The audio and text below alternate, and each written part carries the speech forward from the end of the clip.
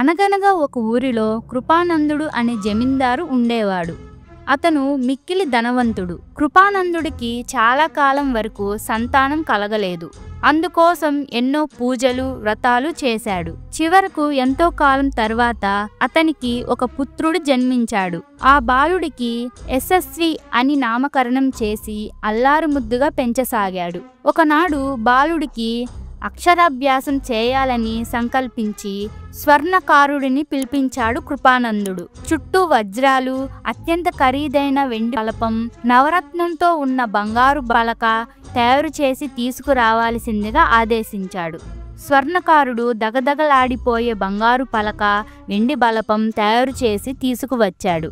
జమీందారు బాలుడిని అక్షరాభ్యాసానికి సిద్ధం చేసి పలక మీద బలపంతో దిద్దించబోగా ఒక్క అక్షరం కూడా పడలేదు. దాంతో బాలుడు ఏడవడం మొదలుపెట్టాడు.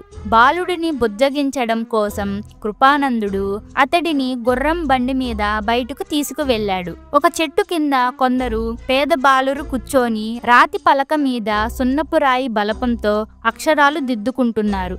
అది చూడగానే యశస్వి తనకు కూడా అలాంటి పలక బలపం కావాలని మారం చేశాడు. కృపానందుడు వెంటనే సేవకుడిని పంపి అలాంటి పలక బలపం తెప్పించాడు. బాలుడు ఎంతో సంబరపడిపోతూ పలక మీద బలపంతో చిన్న చిన్న గీతలు గీస్తూ ఆనందించాడు. కుమారుని సంబరం చూసి జమీందారు కూడా ఎంతో సంతోషించాడు. మర్నాడు ఆ రాతి పలక మీద సున్నపురాయి బలపంతో బాలుడికి అక్షరాలు దిద్దించాడు. ఈ కథలో నీతి: తేనెతో దాహం తీరదు, చిన్న వస్తువులు కావాల్సిన చోట అవే వాడాలి. ఇలాంటి స్టోరీస్ మీకు ఇంకా కావాలంటే ఇప్పుడే వీడియోకి లైక్ చేసి ఛానల్ని సబ్స్క్రైబ్ చేసుకొని బెల్ ఐకాన్ని ఆల్లో పెట్టుకోండి.